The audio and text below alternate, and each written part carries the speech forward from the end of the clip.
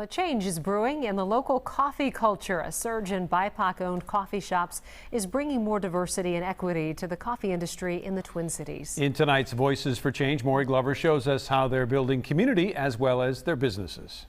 It's a lot bigger than coffee, but coffee is absolutely the main focus. At the Get Down Coffee Company in North Minneapolis, everything from the ingredients to the drink names are taken from black culture. If you go to Thanksgiving at a black person's house, more likely than not, you got sweet potato pie. You don't see pumpkin pie. Director of Coffee, C.J. Porter-Bourne, says that's because the shop is trying to bring a different flavor to the local coffee scene. We wanted to make a space where access to information and education is a focal point, but also having it be very rooted in black culture so that people of color have a space to come and have coffee like everybody else that they can truly feel ownership of.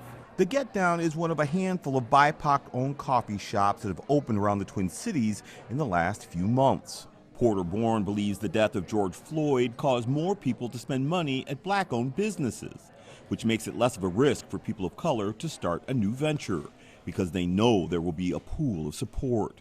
There is a giant focus on supporting things with your dollar right now, and people are, I believe, more aware of that than ever. Coffee was first grown in Ethiopia, and many historians believe coffee cherries were brought by slaves as food when they were trafficked to the Arabian Peninsula, before the popular beverage made its way to Europe in the 1600s. Porter-Bourne says most beans are still harvested by black and brown people in Africa and Latin America, but the majority of roasters in the United States are white. The way to start changing that is by doing something as simple as existing and being a space that changes that narrative on one corner, one cup at a time. Porter-Bourne says there's a growing movement across the country by black entrepreneurs to reclaim their ancestors' roles in coffee's history.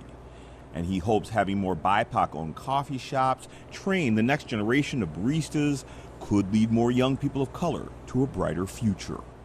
We're building something pretty special here. For Voices for Change, Maury Glover, Fox 9.